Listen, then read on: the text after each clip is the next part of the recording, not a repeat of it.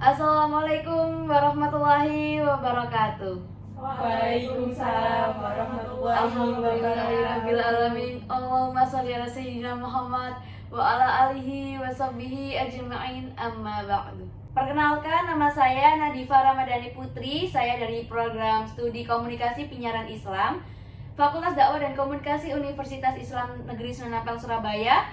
Saya di sini dengan mata kuliah Public Speaking dan nomor induk mahasiswa 0401012111. Puji beserta syukur marilah kita panjatkan kepada Allah Subhanahu wa taala yang telah memberikan beribu-ribu nikmat, dan tidak lupa sholawat serta salam tercurahkan kepada Nabi Muhammad SAW, keluarganya beserta sahabatnya juga. Semoga kita semua dapat syafaatnya dan mendapatkan petunjuk hingga hari kiamat nanti. Pada pertemuan kali ini saya akan membahas mengenai merias diri atau memakai make up dalam perspektif Islam. Kecantikan dalam lingkup manusia biasanya dimaknai dengan kecantikan yang berhubungan dengan wanita. Kecantikan ini adalah kecenderungan yang akan terfleksikan dalam berbagai ekspresi. Wanita secara naluriah memiliki keinginan untuk memperindah penampilannya, sehingga kecantikan menjadi hal yang diidentikan dengan wanita karena secara lahiriah di dalam diri wanita terdapat kecantikan yang terlihat mendominasi. Kosmetik memiliki fungsi memperindah penampilan manusia atau untuk merubah manusia, karena keindahan akan menarik perhatian orang-orang sekaligus untuk memberikan kesan positif terhadap mereka. Di sisi lain, Islam merupakan agama yang menaruh perhatian pada persoalan kebersihan, kesucian, serta keindahan tersebut. Islam bahkan menganjurkan merawat dan memelihara diri. Banyak nas-nas di dalam Al-Quran maupun hadis yang memberikan motivasi agar seseorang muslimah memperhatikan keindahan bagi muslimah, bahkan dianjurkan untuk merias diri untuk keperluan tertentu.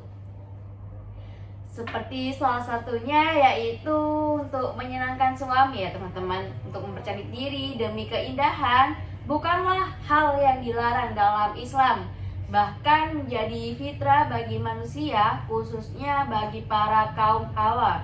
Sebagai seorang muslim, meskipun Islam membolehkan untuk berhias, tetapi dalam menggunakan perhiasan seperti kosmetik yang akan digunakan harus sehat dan tidak membahayakan kulit ataupun diri penggunanya. Maka dari itu, untuk mengetahui bahan-bahannya yang berbahaya dalam kosmetik itu sangat-sangat penting. Kosmetik yang akan digunakan harus sehat dan tidak membahayakan kulit. Kosmetik yang dipilih harus benar-benar aman untuk digunakan serta bukan dari bahan yang dilarang syariat Islam. Kehalalan suatu produk kosmetik adalah hal yang harus diperhatikan. Menurut Utami, produk halal adalah produk yang memenuhi syarat kehalalan sesuai dengan syariat Islam, yaitu tidak mengandung babi dan bahan berbahaya dari babinya. Semua bahan yang berasal dari hewan halal yang disembelih menurut tata cara syariat Islam, dan semua tempat penyimpanan, tempat penjualan, pengolahan, dan transportasinya tidak digunakan untuk babi atau dengan hal-hal yang tidak halal lainnya. Harus dibersihkan dengan tata cara yang diatur menurut syariat Islam. Jadi gitu. Produk kosmetik yang halal akan lebih mudah diidentifikasikan dengan diberikannya label halal. Labelisasi itu membantu konsumen untuk mengetahui sifat dan bahan produk, sehingga memungkinkan bagi konsumen untuk memilih berbagai produk yang saling bersaing. Informasi inilah yang dibutuhkan konsumen pada produk halal. Dengan informasi yang simetris, konsumen dapat menentukan pilihannya untuk mengonsumsi produk halal.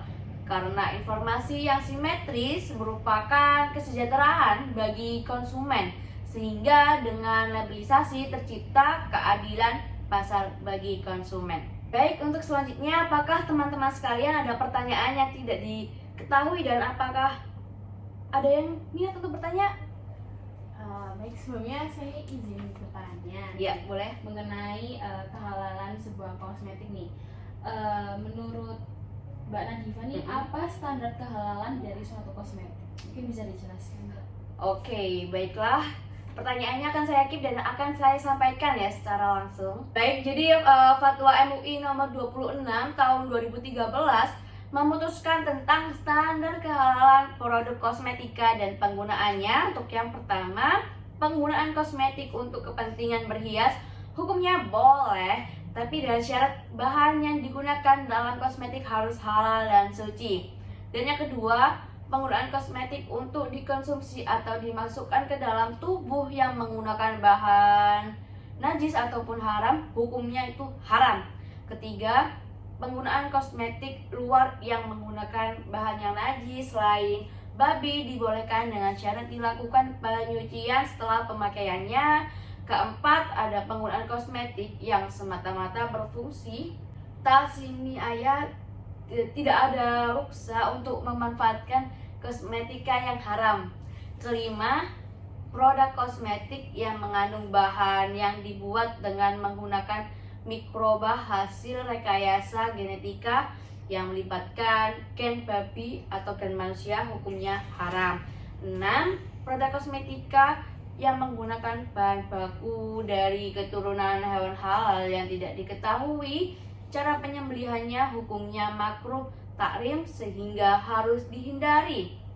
Ketujuh, yang terakhir ini, menggunakan bahan dari produk mikroba yang tidak diketahui media pertumbuhan mikrobanya, apakah dari babi, dan terus dihindari sampai kita mengetahui kejelasannya bahan-bahannya. Begitu Mbak Dias, apakah udah dipahami atau ada yang masih ditanyakan lagi?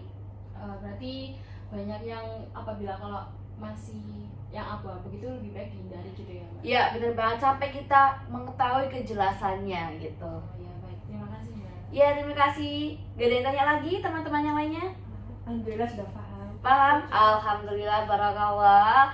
Semoga ilmunya bermanfaat dan bisa di-sharingkan ke teman-teman lainnya yang masih tidak paham mengenai kosmetika ataupun suatu halalan produk. Untuk itu cukup untuk saya. Saya pamit undur diri. Terima kasih dan mohon maaf jika ada salah kata. Wassalamualaikum warahmatullahi wabarakatuh. Waalaikumsalam warahmatullahi wabarakatuh. See you. Terima kasih semuanya.